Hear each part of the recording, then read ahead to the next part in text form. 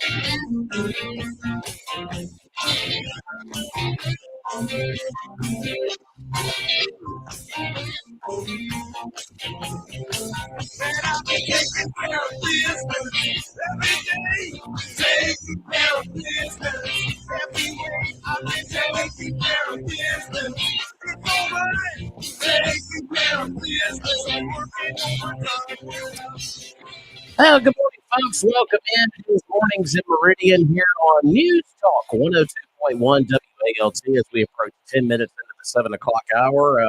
First hour of the 2 best hours of local live talk.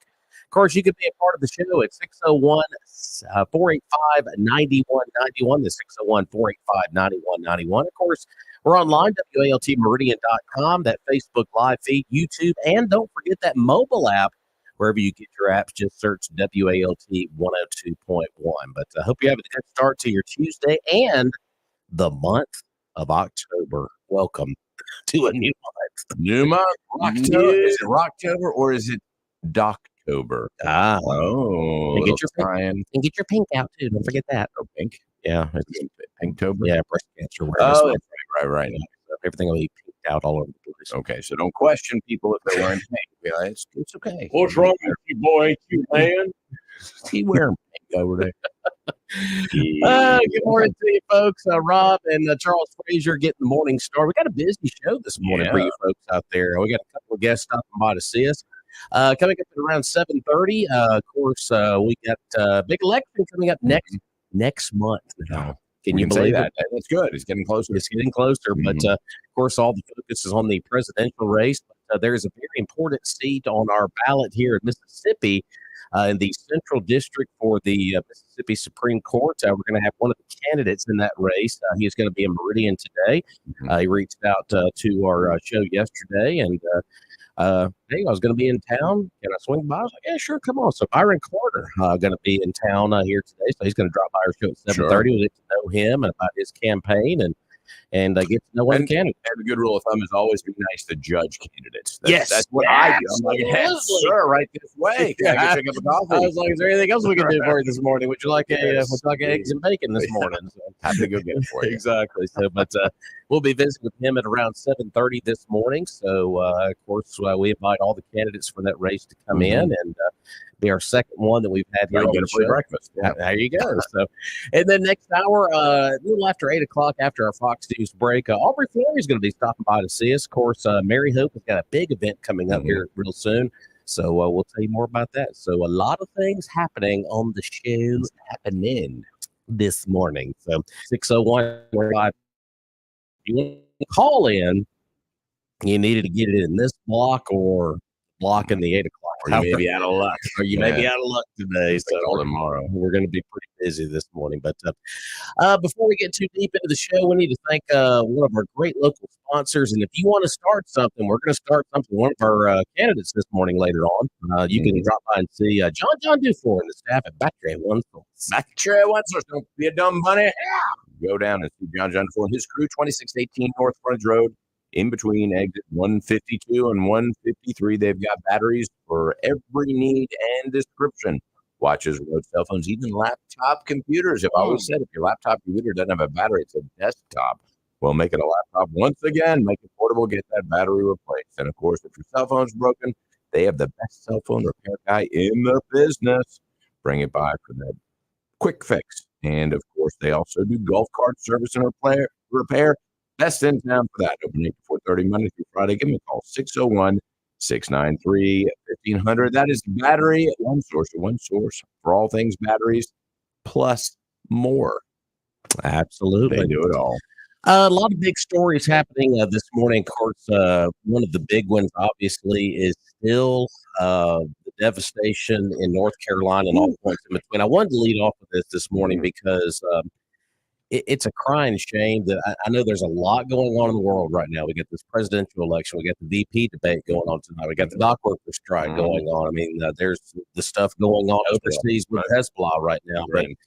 But here in our own homeland, I mean, folks, if you have not paid attention to what's going on in North Carolina, East Tennessee, other parts of that region, it is just simply unbelievable what those folks are dealing with right now.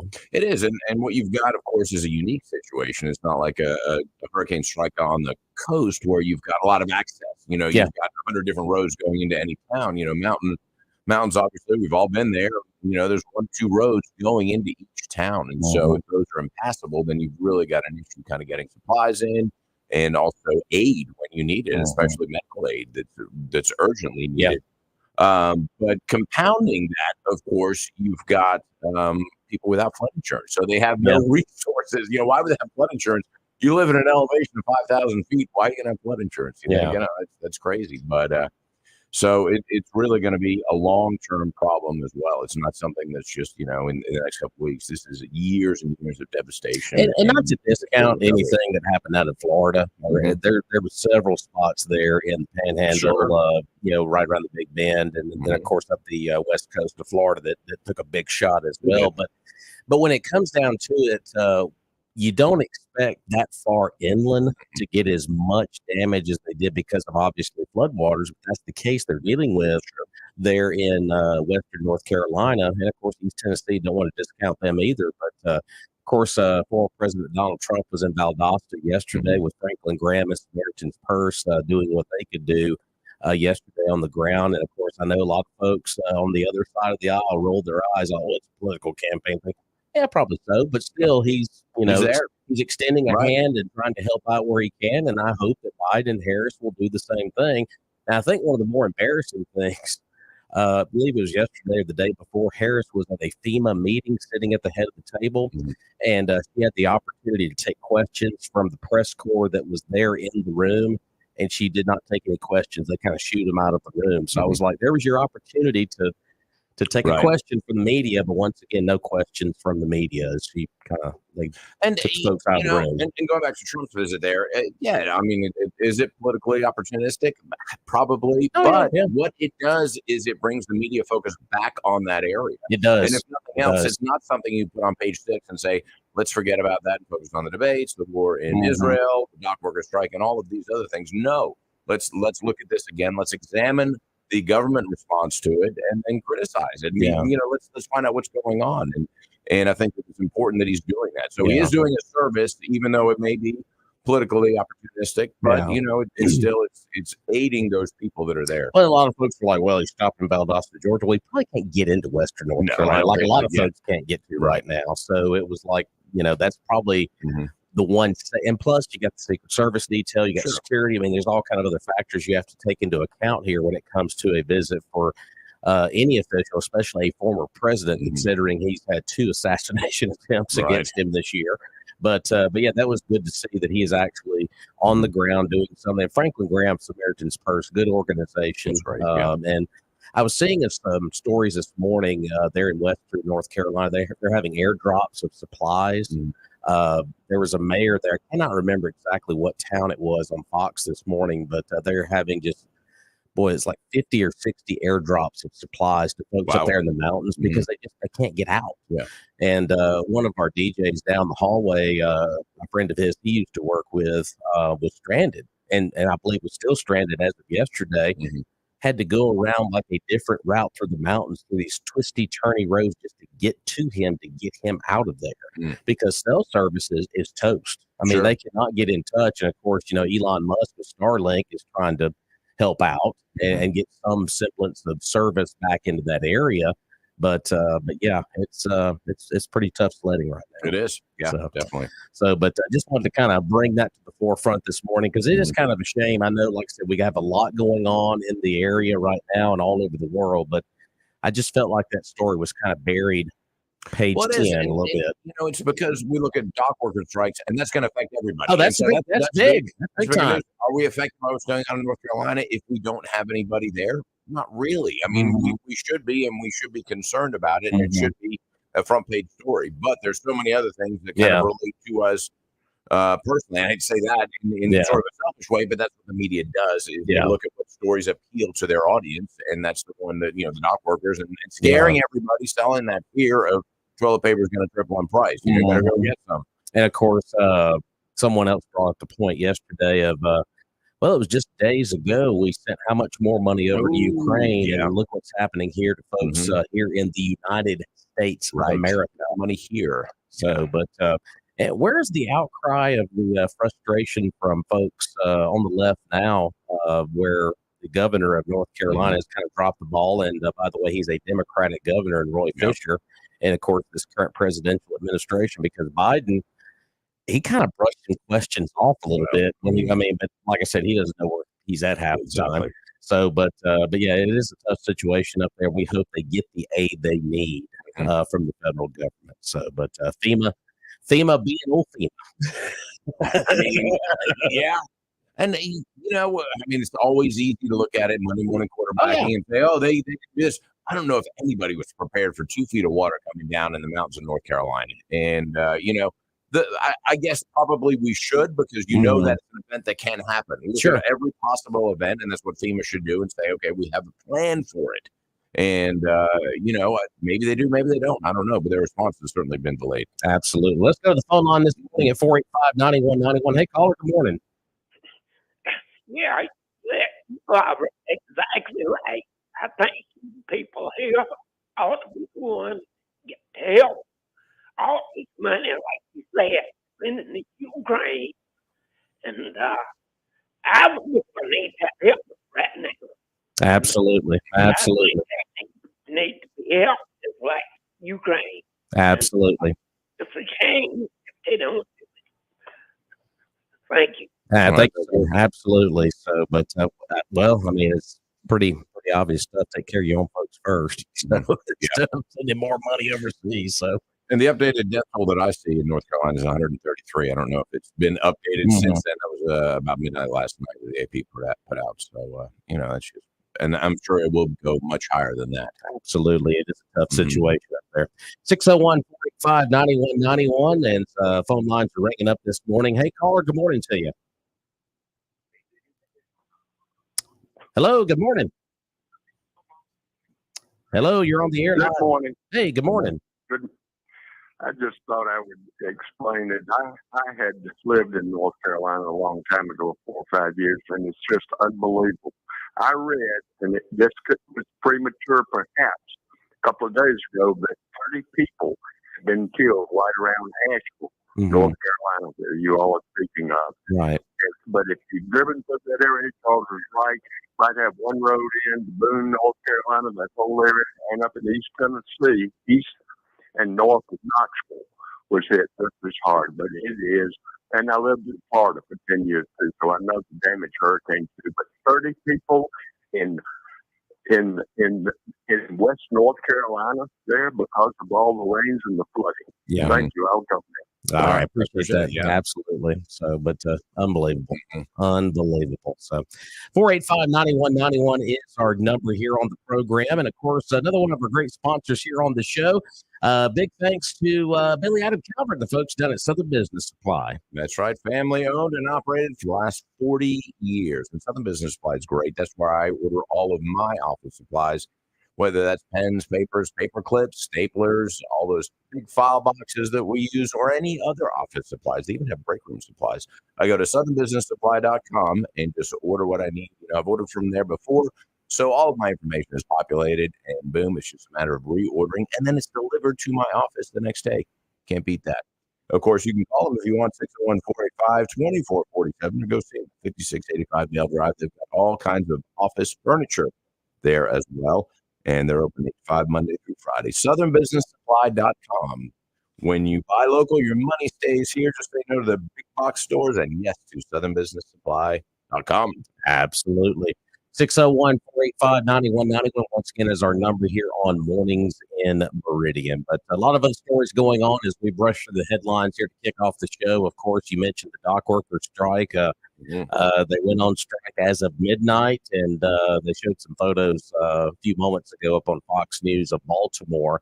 All the folks out there striking right now. Of course, we talked about the demands that are on the table from the workers right now. That big pay increase is what they're looking for. Is their 6-year contract expired as of last night at midnight. So, but and the ask was, I believe, 70%. Isn't that what over the term of the contract? It was about a 77% increase. So, but and also to limit the automation of the docks, and which is, to me, that seems like anybody who owns docks or who is sort of a management company that's overseeing that's what they would embrace for the future. And it harkens back to the years of like the Industrial Revolution and people who were farming and using certain products, and then you had bigger machines coming through, and then them saying, wait a minute, you're going to put us out of work. Well, then other jobs were created for that. And do you limit progress? Do you go against that? I mean, it's sort of an odd situation to be in when you've got something that, and I think that probably every industry is going to face that. Yeah. The automation of it and what's the alternative? And of course, Fox was scrolling just a few moments ago. They were scrolling what products are going to be affected by these port strikes. Now, Mobile, Alabama. We talked about the port down in Mobile and New Orleans. Mobile, Alabama, of course, the big items are going to be iron and steel and electronics. A lot of electronic items coming through Mobile. New Orleans are going to be phones, hearing aids, and turbojets. phones, hearing aids. It's very specific. Yeah, and they turbojets. went very specific on that list this morning as they were scrolling through there. I was like, interesting choice there. Yeah. All right. Savannah, let's see, bulldozers, batteries, car parts, and of course up in the Northeast in New Jersey, New York, cars, semiconductors, furniture. So like a lot of these household items, appliances. We kind of talked about that yesterday. That's a lot of the ports up there in the Northeast. Well, those are not only imports; it also affects exports. It does. And so anybody who's selling things overseas, especially in the European markets, then you're going to be limited in what is going to be brought over there, and so revenue is going to drop, and there's going to be a lot of other issues that go along with that. And of course, we mentioned yesterday, what is this impact going to be on the port strike? It's 45,000 workers from 3 dozen ports. Of course, we mentioned all of those ports yesterday. It's 85,000 union members. At least the international, it's Longshore, Longshore Association. And as far as the cost to our economy, wrap your mind around this. We mentioned this yesterday. $5 billion per day impacted on the U.S. economy per day. That's about how much our debt grows every day. Anyway. So, I mean, those numbers, and we talk about that, and we throw out these huge numbers, but I can't conceive of that and how it would affect the economy. And, you talk trillions and other things too. And it's, I just don't think we can wrap our minds around that. But if this is a prolonged strike that lasts for weeks, that, like I said yesterday, that's going to be a trickle down effect to who?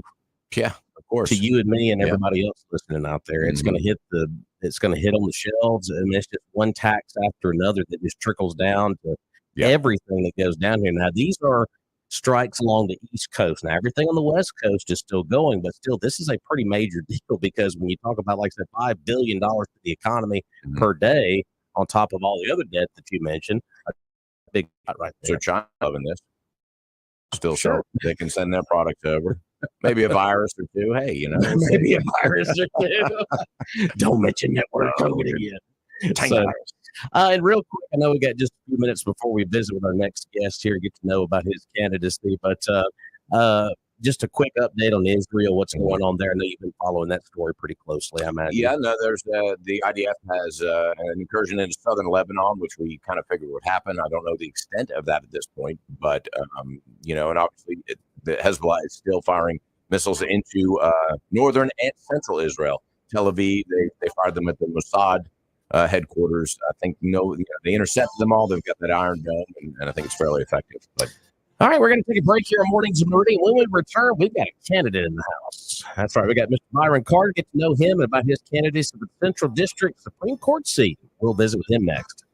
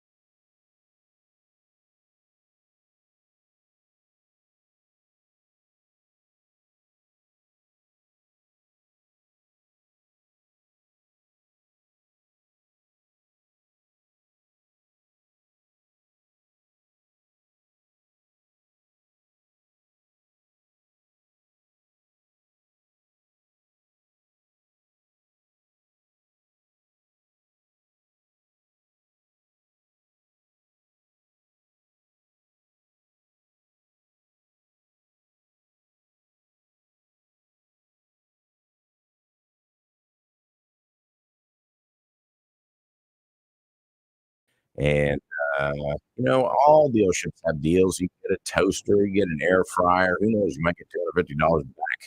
Those things are okay, but keep in mind there is no deal like a DOS deal. Absolutely. I love when things work out like this because I get a message yesterday about a certain candidate that's going to be in town today, and I was like, "Hey, let's see if we can get him on the show. Let's see if the schedule works out." And the schedule worked out perfectly. So he is here today. And folks, we talked about the election earlier. It's next month now. We're almost a month away from this thing, and I know everybody's focused on the presidential election, and rightfully so. It is an important deal. Don't get me wrong, but here in Mississippi, we've got a big race coming up, and that is in the Central District for the Supreme Court seat. And we're visiting with one of those candidates this morning, and that is Mr. Byron Carter. Good morning, sir. How are you? Doing good. Doing good. Glad to have you this morning. And we were picking with him off air, Byron from Byram. Byron from Byram. Byron from Byram.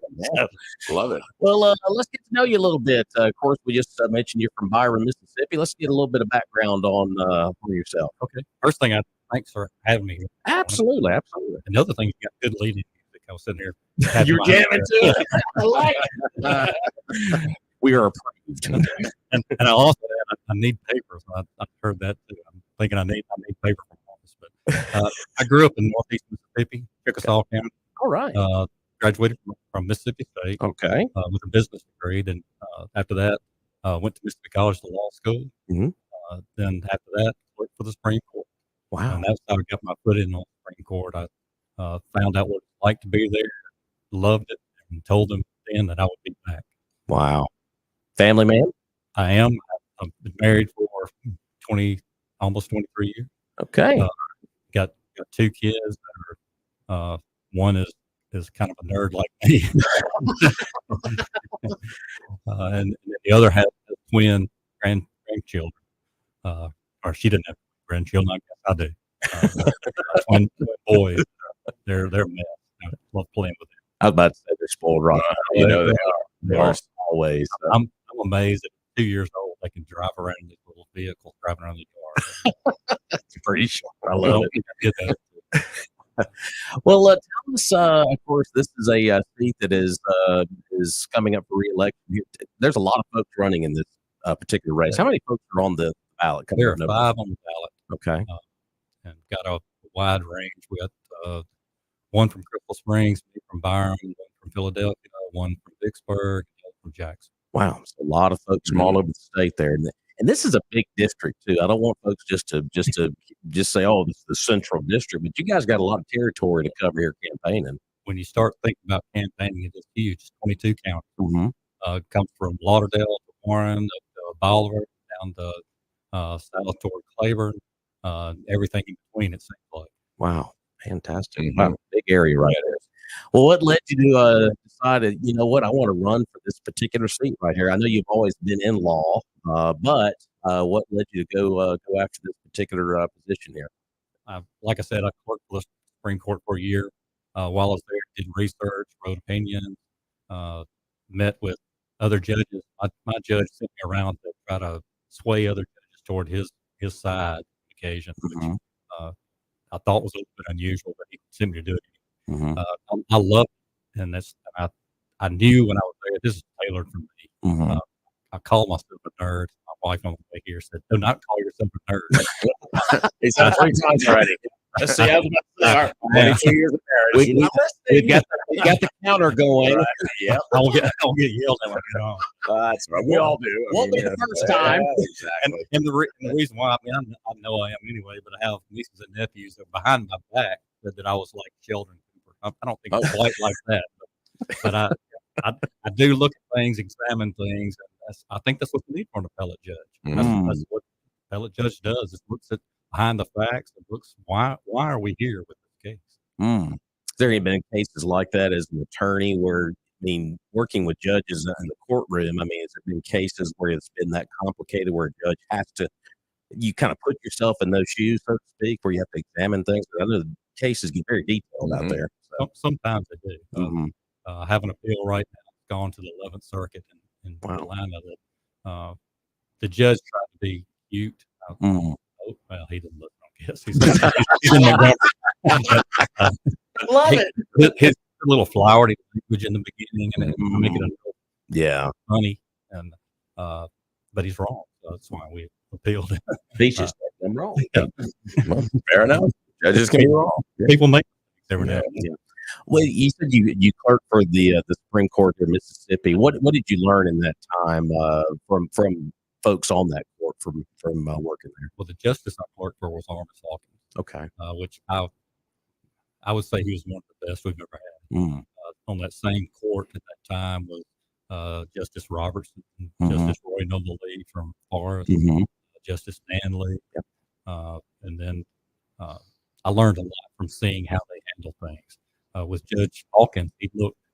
I was thinking about this oddly on the way here. He looked at why is this case here? What should be decided? You do that before you start looking at the law and examining where does the law take this case. You look at where it should be, and so in this case I'm talking about my rebuttal we've got to do shortly. That's how I'm going to actually put in that brief is why are we here? Forget about law. Why are we here? And then put the law into it. And by the way, when I was on that radio station this morning, I said what you said was cute. Trying to be cute. That will be okay. Well, talk about the current Mississippi Supreme Court. I mean, has there been a lot of cases that, because it's just one of those stories we don't focus on as Mississippians, that the cases they take up.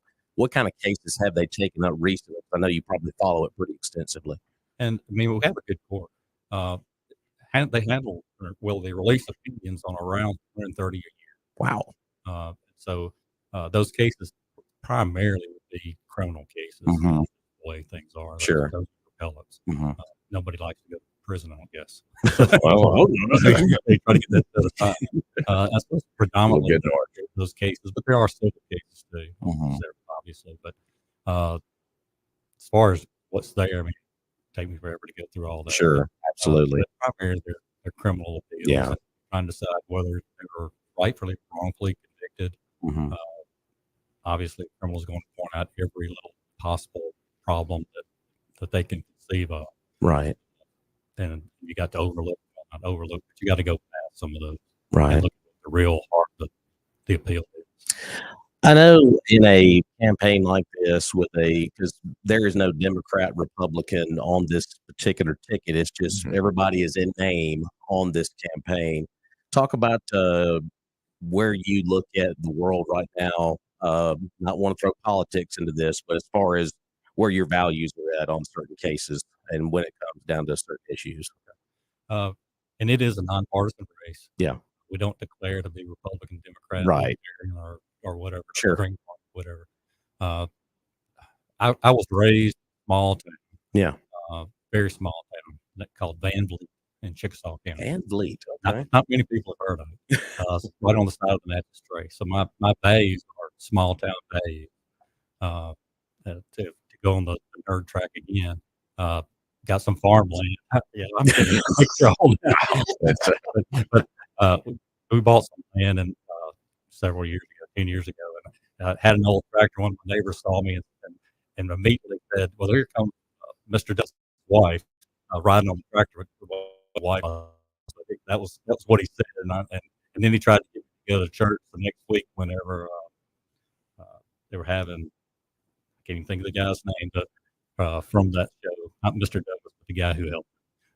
But that's my values. I was raised in Methodist church, so I have those values too.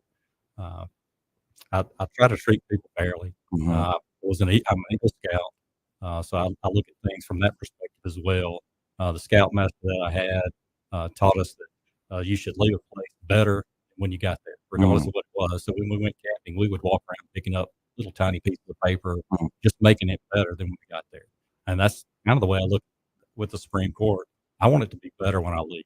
I mean, it's not horrible now. Anybody that says it's horrible, they're not looking at the same court I'm looking at.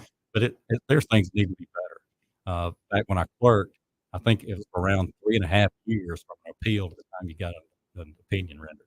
3.5? That's horrible. Wow. There's some that were longer than that. That is horrible. You shouldn't have to wait forever for a decision to come down. Now, with the Court of Appeals, I think it's around 8.5 to 9. With the Supreme Court, it's around 9.5. To me, that's still a long time to wait. You're the litigant.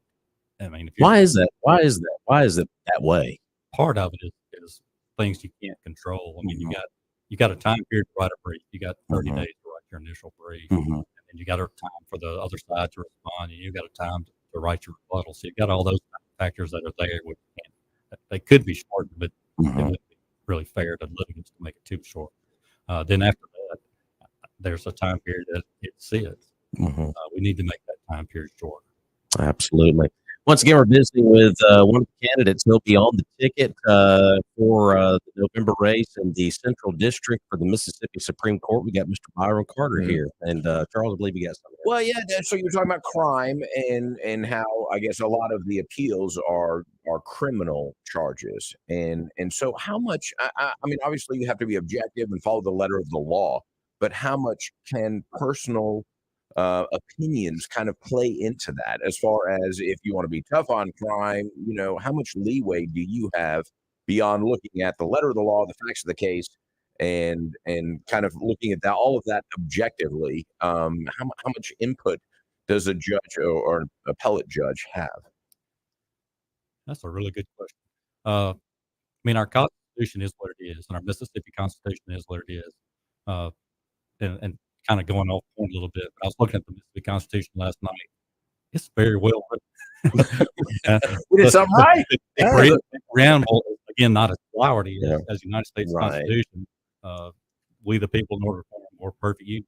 It's not as flowery as that, because we don't mess around this until we get to the point. Get to the our point. preamble's only, I was probably guessing, I think 21 words. Okay. But it does say something about the Almighty God. And I think that's where we all fall in, even with crime. We're looking at two sides of a crime. You got the victim and you got the criminal. You've got to look at those facts and, again, mesh those facts into what the law is, and make sure that he or she was fairly tried. And then, but you got to look at it from the victim's perspective too, and you can't just say, "Oh, this is horrible. This person's going to go to prison for this length of time." So you got to play with facts. Play sounds like a hard word, but you got to look at the facts and go, "Is this the first crime? Is this 10th crime?" And I guess what's the most beneficial for society as a whole? Right. I mean, to remove that person from society, or can they be a contributing factor? I've talked to Burl Cain, our commissioner of prisons.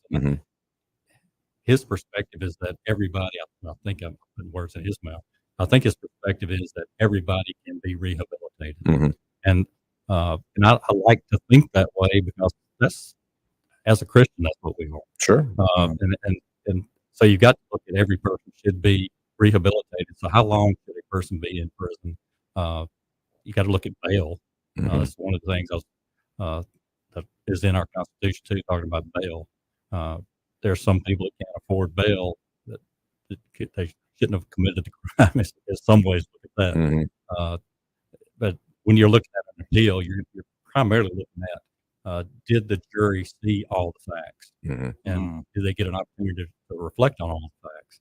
And I will jump to this too. Juries do some weird things sometimes, and so you have to look at those things.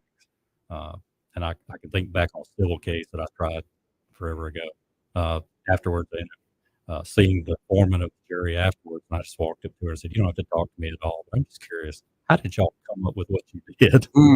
And she looked at my client who was standing next to me, pointed her finger at him and said, we gave them enough money that they needed it because you did them wrong." And she shakes her finger in his face. Wow. And then she had done this weird number that she actually didn't know she did it. She had to have a calculator to come up with what she did, and wanted to give the person a free car. Oh, good grief. Wow. Okay. But the Supreme Court and Court of Appeals too, their job is to make sure that jury is within. This is horrible to compare it to this. I'll use a lot of analogies, but Price and Right has a game where the meter goes up and down. You try to be in that range. That's really what the Supreme Court and the Court of Appeals are doing too. You're making sure that the jury, what they came out with, is in that range. Sure. Well, and I guess they can have emotional responses to any testimony that's given to them, and they say, we're mad at him. And it's like, wait a minute, anger or emotion should not necessarily play into, awards and things of that nature. So, yeah, I can. And they shouldn't. You know that they do with juries, and the Supreme Court has to take that emotion out of it. So is that a good portion of the cases the Supreme Court does get in their hands when it gets to that point? That's just one of the details. But I know there's a lot of other things, like you said, the criminal record of an individual. I mean, there's a lot of aspects to that. So right, it is, and Supreme Court's got to take emotion out of it. Sure, absolutely. So, well, let's talk about one of your campaign platforms. I got some information sent to me, and of course, one of the world famous events that all candidates speak at is the Neshoba County Fair. I hope you didn't sweat too much while you were up there at the fair, but you made a statement at the Neshoba County Fair. This Stop at 70 initiative or campaign part of your platform. Talk about that with us real quick. At first, I did sweat a little bit. I was there on Wednesday, Meridian Day, and I was dying. I was up on stage. I was dying. Well, I grew up started working at 12 and worked in a field for my uncle. And then I started working with my dad after that. So that was literally no sweat, man. And I worked in a factory and unloading trucks by hand and driving a forklift. I did a lot of sweating. There you go. I was used to it. But yes, that platform is 32 states in the United States have a age limit on judges. Okay. 18 of those states is 70 years old. And so that's why we chose that 70 number. And our sister states of Alabama, Arkansas, and Louisiana all have it, and all it's at age 70. And so with the events that began at the beginning of this year with a presidential candidate dropping out of the race, that kind of led to the thought process thinking behind this. And so we came forward with this idea of Stop at 70. So interesting, because a lot of these individuals, on the Supreme Court right now, how many individuals are on the Supreme Court? 9. Of all those individuals, what are the ages of some of these individuals that are on there now? I haven't gone through and looked at all that. I'm just kind of curious myself. So, but I've had a couple of judges that came up to me that said, your platform would make me lose my job. So you're not very sorry about that. So wait a minute. So, but one in particular, I think, is a really good judge. And, I guess I could even say he's in Rankin County, but he came up to me and said, I can't vote for you because your platform would stop me from being But it is an interesting deal, though. To have folks on a court, because I know on the Supreme Court in D.C., obviously, you have judges. That's obviously a lifetime appointed position. Like they're on up in years, but this obviously is a different deal because it's an elected position. Right. So, well, there is a move in the United States Supreme Court to give some kind of an age limit, or term. It shouldn't be a term limit, but some kind of an age limit. Well, and I wish we'd do that with all politics. If we're going to do it, apply to judges, and why not to others? And I don't know if 70 is the right age, or 80, or wherever you draw the line, 75, who knows? But, if we can do it for judges, why not for senators, congressmen, president? And I can give the counter to that argument because of where we are. I grew up with Senators Eastland and Stennis, and there was always a lot of talk that they should be gone. And Senator Thurman as well. But we wouldn't have the Meridian Air Base, Columbus Air Force Base. Right. Probably wouldn't have what we have on the coast as far as shipbuilding. Sure, if it weren't for them. Oh, those positions certainly they gather more power every year that they're up in Washington, and so certainly that argument could be made, especially from a local level. How does it benefit us? But from an outsider level, if you're in South Carolina looking at anybody in Mississippi going, why is that guy serving still? Of course they had Thurman too, but somebody that's the wrong shit too. But so certainly that argument can be kind of moved over to a lot of other positions in politics. We know Mississippi as a state, we've always stepped on everybody else. Oh yeah. You mean that landmass? That's right. That landmass. Yeah, it's just a space in between. That space in between. My wife has a fit when you're watching the Weather Channel, and they don't mention Mississippi. They jump. This hurricane is going to hit. Watch Louisiana, out, Louisiana and Alabama. My wife is the same way. She's from Jefferson County, Florida, and when Helene was coming up through that area, They never mentioned that county. So I was like, so now you know what we have to go Right. through. We're a whole state, We're not a whole a county. state, not even county. So, All right. well, you talked about the appeals process taking so long in the Supreme Court. One thing you'd love to see improved. Is there anything else in the court that needs a little bit of tweaking, a little bit maybe improvement? We need to kind of get up to today's standards. I mean, what else needs to be kind of finely tuned on the court right now? I know it's a good court, but what else, in your opinion, needs to be kind of tweaked a little bit? The court has say so over lower courts, and one of the issues that's been coming up lately is criminal defendants who they go in court and they have a court-appointed attorney who's going to file an appearance, appear with them so that they can plead not guilty or guilty, and then there's a dead period, and that dead period I think is caused some ways because those attorneys, I mean, quite frankly, aren't getting paid. And I hate to say that. I mean, we all work for a living, and so somebody's got to pay those. And you start talking about the pays. Most of those pays are coming from the county. There's a lot of counties in Mississippi that don't have money. The state needs to step up and help out with paying for those defense fees. Very And I interesting. think the Supreme Court and particularly the Chief Justice has a lot of say so and all that. There we go. Before we wrap up, Charles, anything else for our candidate? Yeah, no, here? interesting. Going back to the pro bono, I guess, work, which wouldn't be pro bono, but you're a court-assigned attorney. Can you compel every attorney to take at least one case a month? I mean, you know, if you're part of the bar, that's the deal. Is you have to defend somebody, you know, as a You could public do defender. that, except for the fact that there are many attorneys that don't touch the criminal case. Ah, And okay. so you wouldn't want to have A contract attorney or something. Yeah, Right, exactly. right. Okay.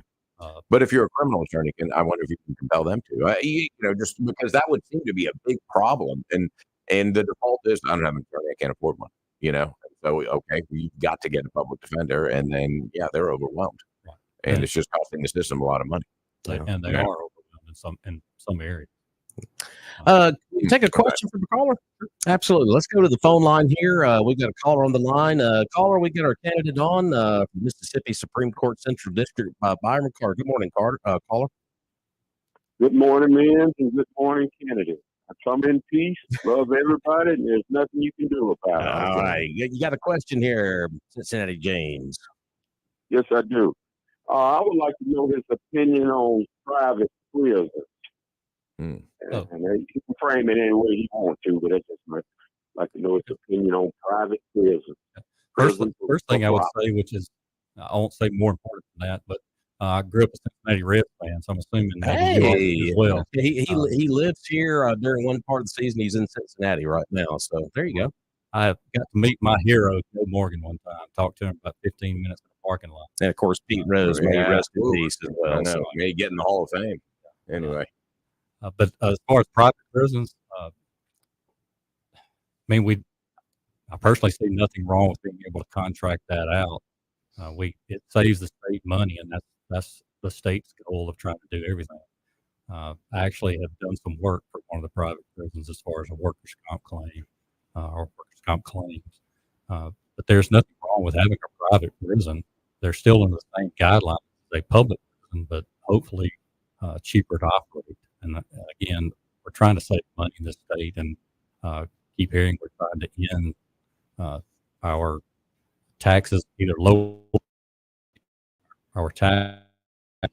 I don't really agree with that. There's some things that are needed, and we've got to fund them.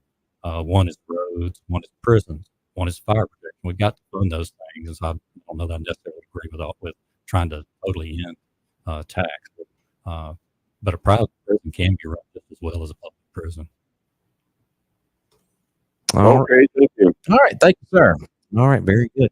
Well, sir, we've got just a couple of minutes here. We'll kind of let you have the floor, and I'll let you speak directly to the voters out there here in East Central Mississippi. Big thing that sets me apart from other candidates is licensed to practice in Mississippi and Alabama. I've tried cases in both, all over both states. I've handled, my whole career has been aimed toward this position that I'm seeking. Like I said, I started off clerked the Supreme Court for a year, learned how that system operated, loved it, said I would be back. And then since then I left from there and went to Alabama to a law firm where uh, primarily what I did is write briefs. People would either lose or the other side lose and appeal their case. They would call the attorney who I worked for to say, "Hey, can you handle our appeal?" And so then he would say yes, and I did the work, right, of writing the brief, and then he would tweak my reading uh, my writing and tell me what I did wrong, which primarily was split infinitives, which I still I know what that means, but that's the way I speak. Yeah. I grew up in Chickasaw County, so I speak in split infinitive. Split infinitive. I love He it. complained constantly about that, but I wrote many briefs there, left there, and I still handle appeals in both Mississippi Supreme Court, Alabama Supreme Court, the Mississippi Court of Appeals, the Alabama Court of Civil Appeals, the Fifth Circuit, the 11th Circuit, uh, and while I'm thinking about it, I'm licensed to practice for the United States Supreme Court. Wow. Interesting thing about that is that on my certificate, they said I'm from MT, not MS.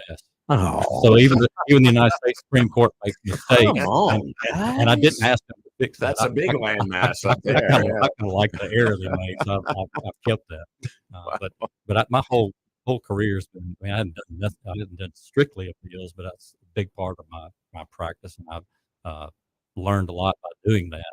And I've learned in both states. My success rate has been pretty good. I don't know exactly what it is, but it's been pretty good. And it's obviously more enjoyable when you win. Uh, that's my character flaws. I love to win, and but I've said I was going to be back at Supreme Court. And I left, and that's where I'm going. I'm just waiting for the right opportunity, and this is the perfect opportunity. I'm ready to step in and take off. I'm prepared. very good. Ira Carter, good to meet you, sir, and good luck on your campaign. Thank you. Very Thank you for good. letting me be here. We're going to take a break. We'll be back. Meridian's News Talk leader is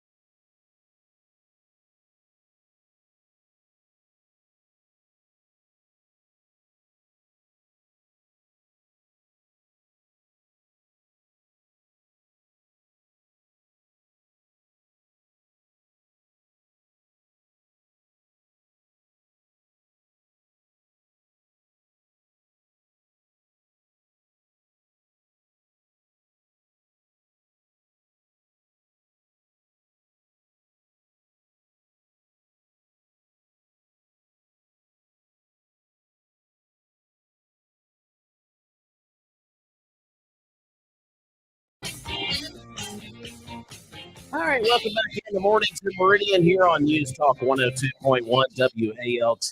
And Charles, welcome back into you as well, sir. Well, thank you very much. And big thanks to Byron Carter for stopping by to see us this morning. Of course, candidate for the Central Mississippi Supreme Court seat.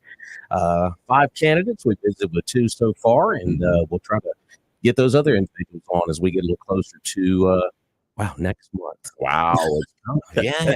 Absolutely. So It's like Christmas just sneaks up on you before you know it's there. well, before we visit with our next guest, we need to thank our friends down at the Magnolia Restaurant off of Exit 150. That's right. Inside the Queen City Truck Stop, you know where they are. They've got the long haul breakfast if you're a long haul truck driver, or if you're not, that thing will keep you going all day long. They've got the humongous hamburger, also known as the Big E Burger. How big is that? Huge. It is huge.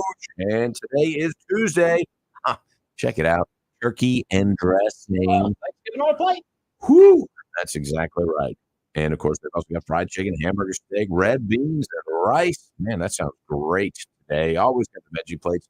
You know, the service is friendly, the coffee is hot, the air conditioning is cold, and they always got Fox News playing on the TV. You can meet some friendly folks over there as well. Go check them out at 150, the Magnolia Restaurant, inside the Queen City Truck Stop. Of course, call them, get something to go. You know, if you call them before you leave the office, by the time you get up there, it's hot, ready, you bring it back. It's better than fast food. Well, it is fast food. It's just home cooked. 601-482-0259 is that number for the Magnolia Restaurant inside the Queen City Truck Stop, exit 150. Well, she is here. They're back. Aubrey Flory's back. She's got her Mary Hook t-shirt on too, and she's sporting it. She's sporting it. She's ready to go this morning. Good morning, Aubrey. Good morning. So you got a lot of stuff. She said she had a list for us. And it's like 4 pages. Well, We're in we got trouble. a lot of stuff to go over here. So, Yes, but, we do. a lot of big things coming up with Mary Hope, and tell us all about it. Correct. Thank y'all for having me back Absolutely. this morning. I'm here to talk about some really interesting things and fun things going on. We are having an event on Tuesday, October the 15th, at Union Station. Oh, This is going to be Spirits for Mary Hope. And we did this event last year at Mary Hope, and it was very successful. And we have done it again with our generous partners that include Weidman's Restaurant. what a nice fella. I've heard of them. Yeah. And Head Distillery, which is a Mississippi brand distillery. And we're really excited to partner with them again. This was a great fundraiser, and we are doing it this year. We have more tickets this year because we are doing it at Union Station. And the exciting reason that we are doing it at Union Station this year is because the roof is being replaced. The roof is getting redone. And it began this week. Wow. And All right. so I cannot tell you the excitement that we've had for the last couple of months, especially with our board and the community that's been so interested. This has been a true labor of love for 3 years for our board, and we are so excited that this phase 1 of our reconstruction efforts is taking place. We closed Mary Hope, through the summer, and we are closed right now for events. Okay, you can still come visit, you can still come tour, but we have had to stop the events because of this construction that we've been preparing for, and certainly that is beginning this week. So we had to find another place to be able to hold all these people and have a fun party to support Mary Hope. And with the help of the City of Meridian, Union Station was available, and we are really excited to do that. There is still a wonderful venue in Meridian. If you're not familiar with it, it is at 1901 Front Street. That is the depot. That's where the buses come and the trains come, and right down there on Front Street. We're really excited about this. And tickets are still available. This is something you have to purchase a ticket for. And just to tell you a little bit about it, we are doing food and beverage pairings. There will be 4 pairings. It's kind of like what Weidman's does when you do a wine tasting and a food tasting. What's on the menu, Mr. Frazier? It's very similar to that. And I was saying, I'm not part of this. Well, I'm not part of it. Charles is part of this, but Molly he is is taking not. it all. Yes, Molly has been our know, That's the real brains behind the Man, operation. yeah, you Molly's know our it. contact there, and she and Brian both have been very helpful to get this menu ready. But you do have to be 21 to enter, Okay. and tickets are $75. And the proceeds of this does benefit Mary Hope and our continued effort. I just want to go back real quick. I mean, 3-year project, phase one. That's exciting because I know we've been talking about this for a while, about the various fundraisers you can have, but now it's here. It's here. I mean, this is like a dream come true Right, for and Mary Hope. Ella and all I of mean, you. all this it's been stuff like that's- such a community effort. I mean, the yeah. community really pulled behind Mary Hope in a big way. Now, I know this is just the start. That's correct, and we cannot tell you the enthusiasm, the excitement, and the people that you know have really given us the momentum to do this and believe that we could. As a board, when we sat there looking at the things that needed to be done, I'm not going to lie to you, we looked around and questioned, okay, what are we taking on here? And the reality is that our board, who is made up of Kim Waters, our president, Bette DeWeese is our vice president, Hilda Roberts is our treasurer, Karen Justice is our secretary, Fonda Rush is our historian, and I am our parliamentarian. Um, with the help of all of our gifts and all of our talents and all of the things that we wanted, which is the ultimate goal, was for Mary Hope to stay here. We've all given to that. And I want to mention Donna Owen with Brainstorm. She has, taken on and has been involved with Mary Hope and the marketing and the goals, history of how to promote her, as well as PJ Hatton, who is one of the co-chairs of Trees of Christmas. We just had a volunteer meeting a couple of weekends ago, just here recently, and we had 30 people show up on a Sunday afternoon to sign up to help us with some of the events that that we know work, that we know we want to keep. And out of those 30 that showed up, there were 45 who were interested but couldn't make it that day. Wow. So we call them our MVPs, and those are our Mary Hope Volunteer Partnership. And we are so excited about that because, the board does a lot, and we've been doing a lot. But, getting other people involved and sharing the joy, accomplishments, and the wonderful history and the things that it does promote Meridian, it's a community effort. And a lot of people say, "Oh, Mary Hope, I've been there, done that." Well, no, it's an ongoing thing. And see people come in and want to help. You don't have to give your life to Mary Hope, but you can certainly give your time once or twice a year. You can come and help. You can certainly write a check if you feel the need. And all of those little things have just really got to this point. I just say big kudos to Meridian, Lauderdale County, all you folks out there. I mean, this is truly one of the best community stories in recent memory of folks really pulling together, and it sounds like that momentum is full steam ahead. It is full steam ahead, and even though the construction has begun, our Raise the Roof capital campaign is still going on. Okay. You can, continue to help the effort because this is, I said, just phase one, and with the help of the Archives of History out of Jackson, they have been very instrumental in seeing the progress and the work that we wanted to do. And I'm just so glad that they said, "Yeah, Mary Hope's worth saving, and we're gonna work with you all and see what we can do to make this work." And it's worked, and we got a long way to go. But once the roof is fixed, the other things can be fixed. Absolutely. And those are coming. All right. So October 15th, Union Station. Union Station, 6 p.m. to 6 8 p.m. You have to be 21 to enter. And tickets again are $75, and they are going fast. And I want to mention, of course, Weidman's Cathead, Magnolia Beverage, and Freddie's Fine Spirits are also helping us along with our friends at Country Boys. So, it is a community effort, and these businesses have committed to helping us achieve this goal. Absolutely. All right. She said you had a list. We're going to hit a lot of stuff here at you folks, but that's just one tip of the iceberg, right? That's what's going on now. That's what's going on now, October 15th. That's right. So get your tickets. And you can call Mary Hope for more information at 601-483-8439. I also want to mention we have cheesecake sales through Jubilation Cheesecake. Those are going on right now, and the Dusty Social Service Club is selling those. Again, this benefits Mary Hope. If you want cheesecake, we will have them here at the end of October and at Mary Hope to distribute for those that have ordered. So if you know a Dusty or you have a Dusty or if you just want a cheesecake, call Mary Hope with one of the board members or find one of these sweet girls or again helping us with this fundraiser this year. And they're perfect for the holidays. You can freeze them and use them at Thanksgiving and Christmas. And I love that because after I'm done cooking, I don't want to make dessert. I can pull it out of the freezer and it works fine. So that is also going on right now. That's another way you can help. But I wanted to remind everyone that Trees of Christmas, we will be up and running for Trees of Christmas with this construction going on.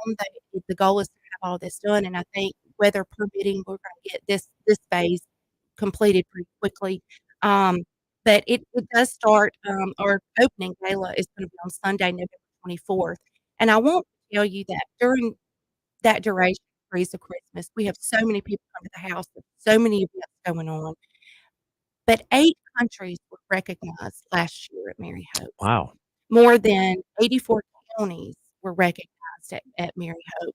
And as far as states go, I can tell you, I mean, you're looking at probably 10 to 12 or maybe 15 states of people that come through every year. So this brings in people from other areas. It is tourism dollars that are spent here. People do look at us as a place to come and check it off on the list. And we are so excited because this tradition has continued. And if you've never been, and I want to tell you to come, and if you have been, I want to tell you to come back because we have different designers, different artists, different trees every year. And it is a wonderful tradition, and we have a lot of events going on. And you can go to the website, maryhope.com, and look at our Trees of Christmas schedule that will be coming up. Wow. Already talking Trees of Yeah, Christmas.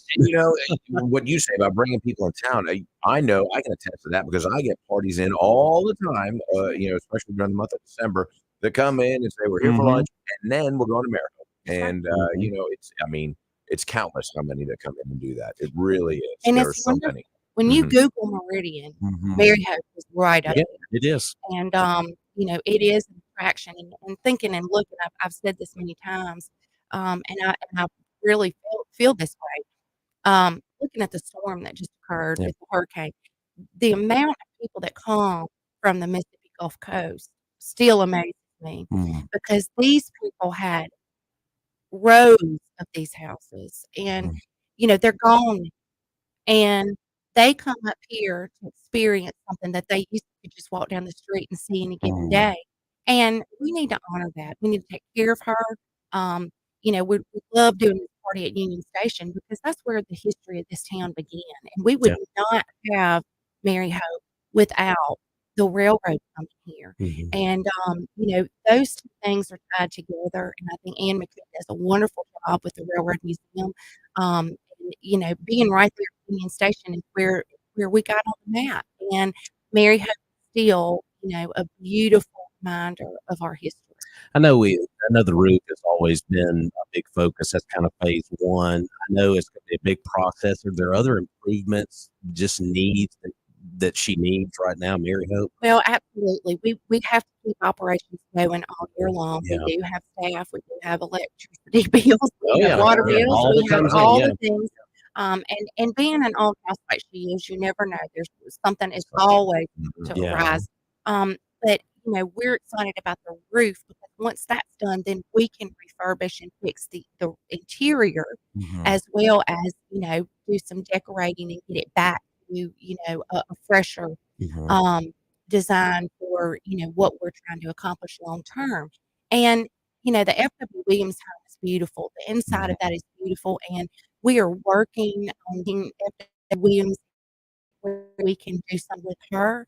But I will tell you, the porch is getting some replacement work done this week as well.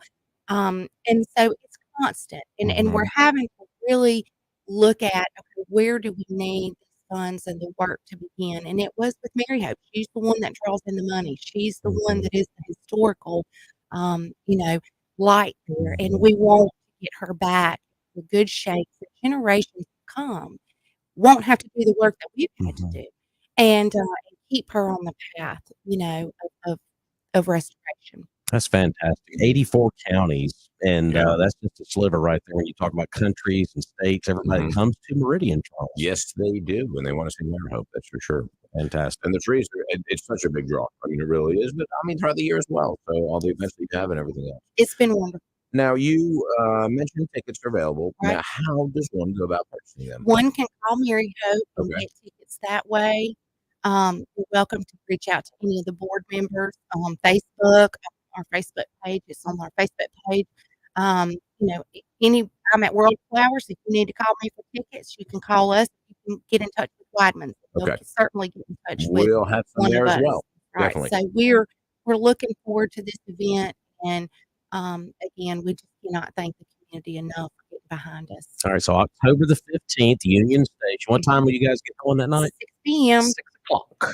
6 So, p.m. to 8 p.m. and it's going to be fabulous. We are looking forward to those 4 pairings, 4 drinks. It's going to be a really nice time. there we go. And of course, don't want to forget about the cheesecakes, too. That's right. Cheesecakes. All of us. Get it dust. All of us. Get those dusties Oh, working. Dusty Shell. I don't know what that is. Okay. They're precious girls to help us Yeah, they do really that, and are. they're very successful I know in it. several of them, and I'm like, they've shared it on Facebook several times. I'm like, cheesecake? I'm going to get a It's cheesecake like, now. where's the popcorn? I don't want popcorn. But it is convenient though when you get around the holidays. Yeah, I Though, know. take it out of the freezer, boom, you're Right done. there. So it's wonderful, and Jubilations Yeah. has partnered with us on this for several years, and we're really appreciative of them. The dates on Trees of Christmas, Mhm. when is that going to kick off? So Trees of Christmas again is going to begin. The opening gala is November 24th, and that's a Sunday, 1 to 4, and it will run all the way through December 31st. Okay. We are closed on Christmas Day, Christmas Eve, I believe. I'll have to check that because that all kind of comes together. Mhm. I can tell you, but we are, very, very excited about it. Again, it's we've got a lot of artists and new people coming in, and we're really excited about that. Fantastic. So a lot of dates to remember, Charles. Yes, indeed. Lots I saw you going over there on. jotting everything down. No, I was looking at the 15th as a Tuesday. I was like, is there a football game? No, no football. Come on. A Get out of Tuesday Union night Station. is a good time to get out It and, is. right. and Mhm. see downtown and certainly join us. We really hope that you can make it. Fantastic. Search Mary Hope on Facebook. Of course, website, call them down there. And of course, phase 1 is underway. Phase 1 has begun, and we are just so thankful for That is exciting. Aubrey, always good to see you. Thank you. I love being here with you. Fantastic. We're going to take a break and we'll come back with more of the show after this.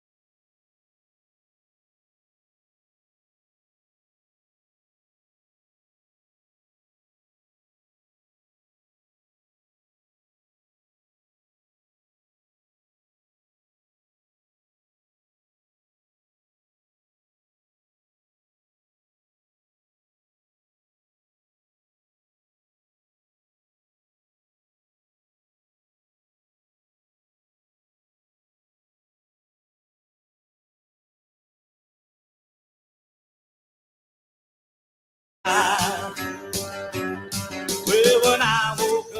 right, welcome back to the show here. Big thanks to Aubrey Flory for stopping by to see us this morning. Man, Mary Hope is super busy right now. A lot of big events coming up. And, folks, I really encourage you to support the board, all the MVPs, the Dusties, everybody that's involved with Mary Hope. It is a fantastic home that we need to keep looking beautiful. And October the 15th is the big event down at Union Station. And if you need more details, just give us a call here at the station. We'll point you in the right direction, 485-9191. Been a busy show this morning. It has been, yeah. And the great thing about Mary Hope is that everybody who's involved with that and all of the work that they have done, which is a tremendous amount, they're all volunteers. I mean, it's all community involvement and just love for that old home. So, it's great to see and great to be a part of it. And by the way, folks, tickets are going fast. Yes, they've got a few. They got a few left, so you need to jump on that pretty quick. And get in touch with the folks at Mary Hope if you would like to purchase a ticket for that big event on October the 15th. They'll start at 6:00 down there at Union Station. So, of course, Trees of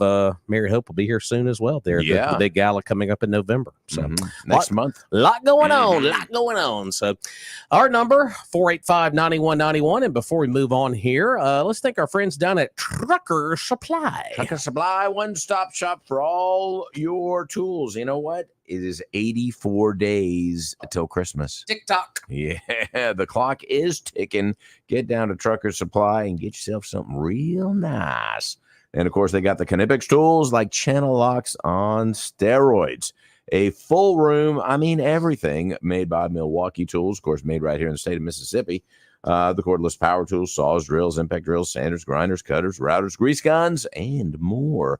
All of those have those interchangeable batteries as well.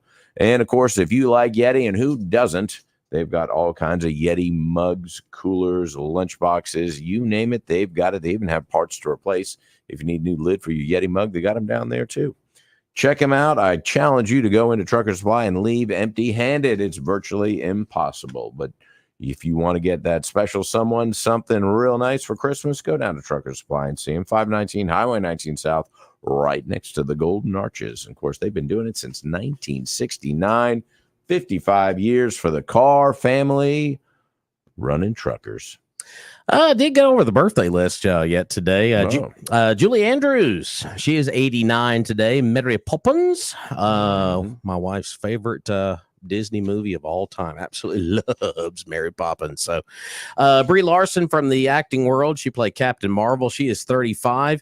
And, I hate Roger's not here for this one. Randy Quaid is 74 today. Wow. Okay. Probably one of my favorite lines from Vegas Vacation here. So I ain't seen a beating like that since somebody stuck a banana in my pants and turned the monkey loose. Oh, man. Randy Quaid is 74. Of course, Cousin Eddie from all of the vacation movies. So, but that was from Vegas Vacation. The late Walter Matthau, he would have been born on this day, 1920. He passed on in 2000. Let's see, a few sports stars on the list today. Baseball player Rod Carew is 79, and Mark McGwire. Of course, he had that home run chase with Sammy Sosa. Juice and Mark is 61 today. Okay. Ironic. Yeah, 61 and 61, that old Maris. And, of course, the big birthday on the list today is former President Jimmy Carter, the 39th president. 113. He is exactly 100 years old today. Century mark. There you go. So happy birthday to former President Jimmy Carter. Of course, notables. I mean, we mentioned it earlier. Pete Rose passing yesterday, and boy, that's a sad day in baseball. Yeah, we were at an event here at Meridian last night with Lamar, and I got the message immediately on my phone. I just kind of went, man. Yeah, that's one of the hits right there with good old Pete Rose. Should be in the Hall of Fame. Will be now. Yeah, lifetime ban. Yeah, lifetime's over. So, but other folks should be there too. But that's a discussion for another day. Anyway. So, but yeah, Charlie Hustle. I showed my wife some of the pictures of him sliding into third base or whatever. I said he played the game like that all the time. Hey, when he was walked, he used to run to first base. I know, right? That's awesome. I mean, that's the way it should be played. I loved it. So, but intensity, old school. Charlie Hustle, 17-time All-Star. So, let's go to the phone line. Hey, caller, welcome in. Hey, good morning, y'all. Morning. How you doing? Hello, Lefty. I thought I would call in and see. Well, put it this way: I wonder how many folks in North Carolina are still going to vote Democrat after Biden spends the weekend once again on the beach while those people up there don't have any power, water, gas, nothing. And does he even show up to just just to be a positive image? No, he couldn't care less. I think that says a lot about that man's, or even more about that man's character. And instead of that $8 billion going to help them, where's he wanting it to go? To Ukraine. Yep. Does that not just blow y'all's mind? We're more worried, or he's more worried about the world than his own country. But I wouldn't expect anything less. Would y'all? Well, I mean, look at it this way, too. I'll take another situation when it involves Ukraine. Look at when Benjamin Netanyahu came to the U.S. for that big speech in front of the joint session of Congress. Vice President Harris would not even meet with him. But no, when Zelensky shows up, yeah, she's all over that one. So, oh yeah.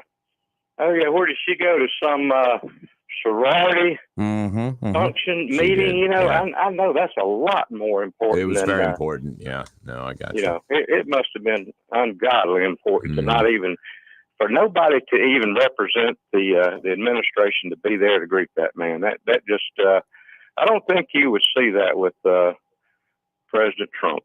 Yeah, and of course, Trump on the ground yesterday in Valdosta, Georgia, which obviously he cannot get to Western North Carolina, obviously for security reasons, and it's just impossible to get around up there right now. So, but he is at least making an effort on the ground with, of course, Franklin Graham and Samaritan's Purse. So, well, whether it's a photo op or not, he's there trying something. Yeah. Exactly. Besides lounging on the beach, bringing attention to the area. What a worthless carbon unit! I'm telling you right now. That's well, and if we want to take it a step further, remember East Palestine up in Ohio? Trump. That's right. Did he show up for that? Nope, sure didn't. Nope, didn't show up for that. That's one I bet everybody up there it's going to be 100% Republican when they vote. At least it would. It would be if I lived there. It's like, man, y'all just, I don't know. They just, it just tells me, it gives me the impression that this administration doesn't give a tinker's damn about America. They just don't. I mean, if they did, they would do something different than they're doing, but they don't. Yeah. They don't. And that being on such a positive note for today, but that's just an objective point of view from what I'm seeing. And I'm like, I don't think you'd ever see that out of any Republican administration. They would at least be there for, say, we support you. We're doing what we can. We're doing all we can to alleviate y'all's situation. But, nothing but crickets. Yeah. Crickets. That's exactly right. Yeah. And they don't even need to be on the ground in North Carolina. I understand that. Have the press conference in Washington saying this is what we're doing. These are the steps we're taking. And this is an emergency situation. This is how serious it is. And we're not getting any of that either. And so let's start now. Yeah. Well, it's almost too late. I mean, I guess they could, but start now. Yeah, sick old Buttigieg on it. See what he can get done. Wow. You mean booty juice? Wouldn't wish that on anybody. Mr. Man of Action there, G.I. Joe Jr. Yeah. I tell you, I hope he fires the whole lot of, well, I'm sure he will, but they can all pack their bags if Trump gets back in there, because I'm telling you, some of them pack other people's bags. Remember that one? Yeah. They steal the bags. They steal the bags. Yeah, they steal the bags. Okay. Well, I'm listening in and enjoy y'all's show, and I'm waiting for the Tuesday prophecy from the Has. Hadn't had it yet. So anybody the words of wisdom. He may be he may be that third police officer they hired yesterday down at the Meridian Police Department. So God help us. There's a new sheriff in town. Yeah. Oh yeah. If he only talked like what's the guy that talks like this? He's got the real big old mustache, and he was on the Tombstone. What was his name? The guy. He always talks real low and. Y'all know what I'm talking about? Yeah, I know you talk. Oh, yeah. It'll come to me in a minute. His name. I can't think of it either. Welcome to the 60s. I remember in 10 minutes. What are you talking about? Sam Elliott? Is that who it is? It's Sam Elliott. Yeah, That's Sam who I'm Elliott. talking Yeah, about, Sam Elliott. Let me tell you something. If he was telling me something, I think I'd listen. Yeah, I would too.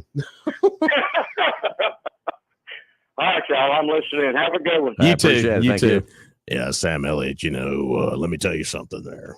That's not even deep enough for Sam Elliott. It's a deep voice. So, all right, let's go back to the phone line at 485-9191. Hey, caller, thanks for ringing in. Good morning.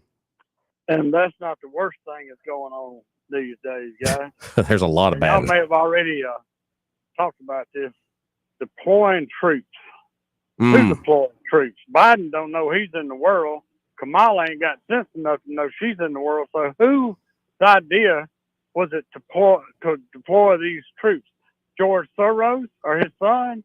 So we could go ahead and get World War III started and destroy America like they want to do? Who deployed these troops? I don't know. There is a guy that lives a mile down from 1600 Pennsylvania Avenue. Who was that? Barack Obama. Oh, Barack. You're right. He may have been the. Where do y'all know the details? Where's this latest bunch of troops? Where are they going to exactly? Do anybody know? I have no idea. I hadn't heard about. You heard about them being deployed, though, haven't you? No, I haven't heard about that. Yeah. Well, supposedly they're sending out troops, which is at this point in time one of the most dangerous things that could be going on in this world. How many were deployed? Do you know? I do not know. Okay. I do not know. And I read it, and I hope it's so. It was a Facebook thing. It said their family and their company was just to be deployed. So somebody that knows about this, call us in. But I hope it's not so. I hope my information is incorrect. But if somebody gives us a detail, it can't get any more dangerous than us sending American troops somewhere, wherever they're sending them to. Yeah, the only thing that I pulled up on the old Google machine over here, 700 Tennessee soldiers being deployed to the Middle East is the only thing I'm seeing, and that was about 4 days ago. So, and that's too much, and that's too many. For what? To do what? Get in the middle of that mess? Put us right in the middle of that mess? No boots on the ground. We're not doing that. We're not going to send any troops to the Middle East. I don't remember Trump sending troops into war zones or anything like that. We had a presence in different places, but I don't remember him deploying a bunch of troops. 700 troops to go to the Middle East is not a good deal, guys. That's not a good deal, especially with nobody in charge like we have right now. You're right about that. Yeah, exactly. All right, guys. I appreciate it. Appreciate we'll that. have to watch that story and see what we can find out. Absolutely. Yeah, anything on Facebook, you've always got to double and triple and quadruple check. So, but we'll keep our eyes on that one pretty closely. So, 485-9191 is our number. We got a few minutes to check in with us here on this 4th day of October, and also a good day to stop by and see our good buddy Jeffrey Wilson at State Farm Insurance. That's right. Life is better at the farm. And, of course, here's the deal. When you combine your State Farm home and auto insurance, you can save an average. That's an average. Could save more. $889. That'll buy you some toilet paper. Or other things, too, that are going to be apparently jumping up in price. Well, Jeffrey Wilson is ready to help you save right here in Meridian. Give him a call, 601-483-8253. Of course, go by his office and see him at 2401 Highway 39 North. And here's the deal. You really need to know your agent, because when you file a claim, he is going to be your advocate. So you want to have somebody that you know well that you can call and say, well, how's my claim going? And he is just that guy. You see him everywhere. He's involved with all kinds of different civic organizations. He's really all over town. Wearing khakis, sometimes not. And, of course, you can also sit down with him once a year and kind of evaluate all your insurance needs. You drop a little, add a little, all that kind of stuff. But he's going to make sure that you are covered, that he's going to take care of your assets. Well, give him a call today, 601-401 Highway 39 North. Like a good neighbor, Jeffrey Wilson is there. Neighbor. I still love that to this day. It'll never get old. Let's go back to the phone line. Hey, caller, thanks for ringing up. Good morning. What's happening this morning, guys? Hey, sir. Up? Hey, you tell us.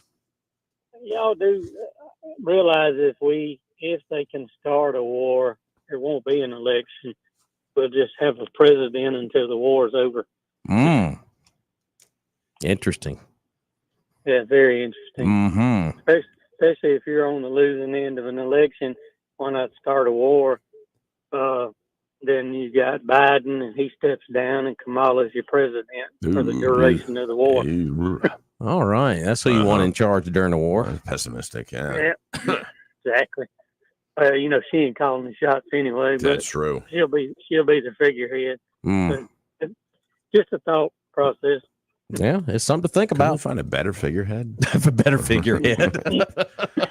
Well, look at the rest of the players on the bench. It's not very good. Who did thank you. Yeah, okay. Just gets worse and worse from there, doesn't it? Great day, man. All right. Appreciate that. Appreciate you listening out there. So, all right, 485-9191 is our number. I know phone lines are ringing up, but we got to take this break and pay off these last few bills here on the program, and we'll be back to take more of your phone calls after this.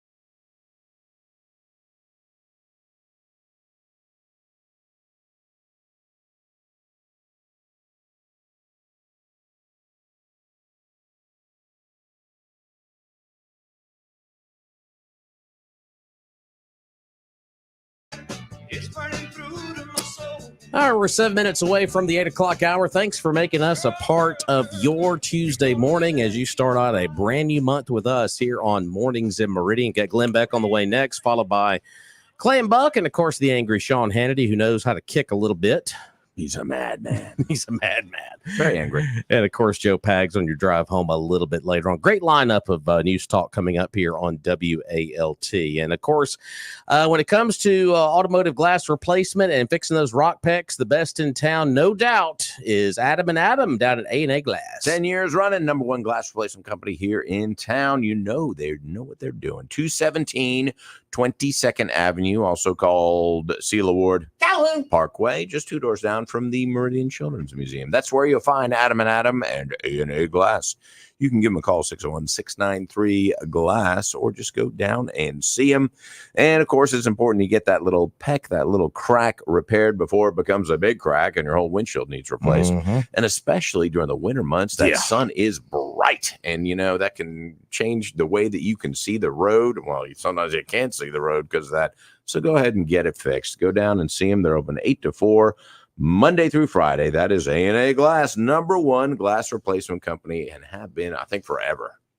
Of course, a lot of headlines going into the day. We've kind of moved through a lot of those, but one we really haven't had an opportunity to kind of pick apart. Vice presidential debate is tonight. CBS is going to be handling the moderating duties tonight. Now, they have said that they are not going to fact check either candidate. This is just going to be a traditional. We're going to ask but in the questioning, that's going to be the big thing right there. Is you notice how they phrase the questions to each candidate tonight, either JD Vance or Tim Walz tonight, the VP nominees. But VP debates really don't move the needle a whole lot, but it will be interesting to see how this plays out because of the craziness of Walz and his agenda. Well, we're going to find out who the master debater is. And that's Yeah. that important that we do that. And, and I think, you're exactly right. That I think JD Vance being a lawyer, he's got a lot more experience doing this sort of thing. And I think that he's really going to shine in this. And I think Walz is, Walz is Walz, Well, I don't know how that's going to play out. And they did have a report this morning that Vance, his team, of course, you have the team that's with him and with Trump or whatnot, but it's all obviously under the same umbrella. But he is really going to do something that, unfortunately, Trump dropped the ball on in the presidential debate with Harris, and that is the border.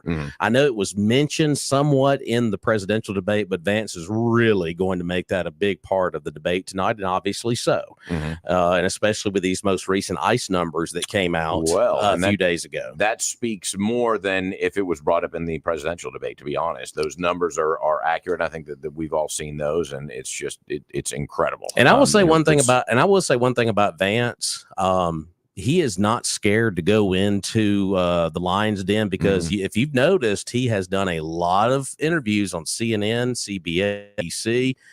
He has been hammered just mercifully by the media in those interviews, and he's kind of like a Trump. He is not scared to go in that arena. So we'll see how he does. This is kind of that first big appearance for Vance in front of the national audience tonight. We saw him at the RNC, but that was only a select few folks that got to see it, obviously, that are really entrenched in that. This is that first big moment also for Walz as well. So it is. And we kind of look at vice presidential debates and say, they're not really important. They're kind of irrelevant. It's kind of a second fiddle. And certainly they are. But I think what this will show is that Trump and Vance are a strong team. And I think it's going to show and expose some weakness in Walz. And then you've got the perception. I think Kamala already has a perception of being a little bit weak, giggly, and that sort of thing. And I think that this is going to reinforce that weakness of that ticket. And that's my theory. We'll see what happens. And I could be wrong, but I think that Vance and Trump certainly are a strong united front. Let's go to the phone line. One last call here as we got a couple of minutes left. Hey, good morning, caller. Good morning. And I know your time is short, so this is going to be short.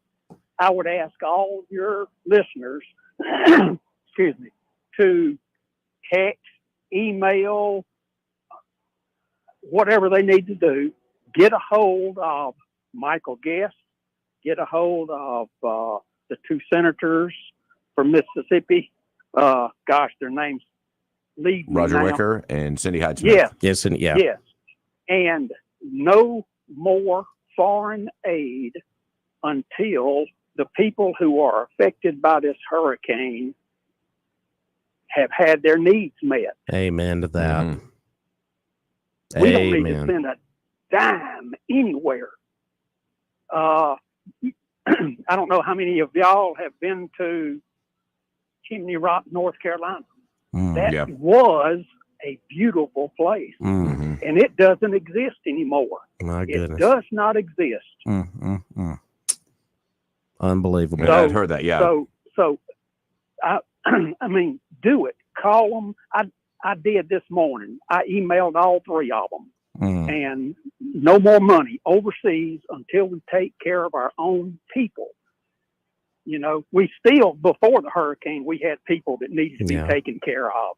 Yeah. But it's even worse now. Well, we'll encourage. You've got people who are living in little small communities that are completely cut off. No road access at all. Wow. The only way to get to them is by helicopter. Unbelievable. All right, we are out of time this morning, but we are going to encourage everybody to do that. Appreciate you letting us know that this morning. Thank you. Thank you. Thank you. Absolutely, folks. Encourage. That's how you let your voice be heard. You're Let your right. representatives know it. So, well, Charles, we'll do it again tomorrow. We'll do it. I appreciate Byron Carter for coming by to see us this morning. Of course, Aubrey Floyd. Busy show today, and we'll talk to you again tomorrow beginning at 7 here on Mornings in Meridian. Folks, have a great day and buy local.